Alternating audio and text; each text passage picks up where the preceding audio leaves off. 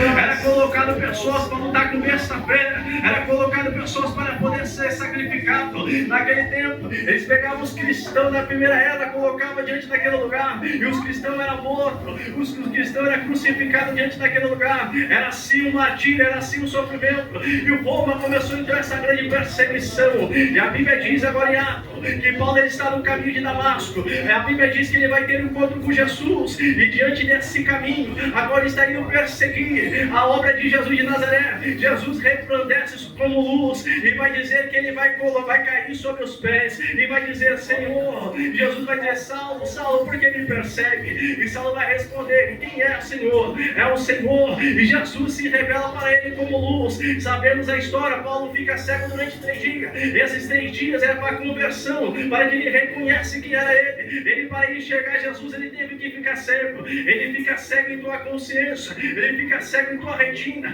Assim ele olhava para si, para saber o homem mau que ele era. Ele olhou para dentro e viu como o teu coração era tenebroso. Ele viu que o caminho que ele estava era um caminho de ira, era um caminho de raiva, era um caminho obscuro. Mas dentro da conversão de Paulo, Jesus fez com que ele olhasse para dentro, fez com que ele ficasse cego, para ele olhar para si próprio, antes de olhar para o próximo, para perseguir alguém. Agora ele teria que olhar para si, olhar as tuas fraquezas, olhar os teus defeitos, olhar as tuas necessidades. Paulo fica nessa cegueira, nesse transe durante 3 dias, e ali ele reconhece a soberania de Jesus, ali ele reconhece a humilhação dele para o outro. E a Bíblia diz que ele chega na rua direita, um homem conhecido como Ananias, vai orar por Paulo. Paulo então ele vai ter o que? Visão.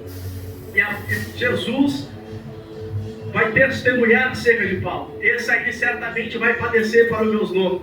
Esse vai pregar o meu evangelho a todas as províncias e a todos os gentios. A Bíblia diz que Paulo começa agora a fazer a obra.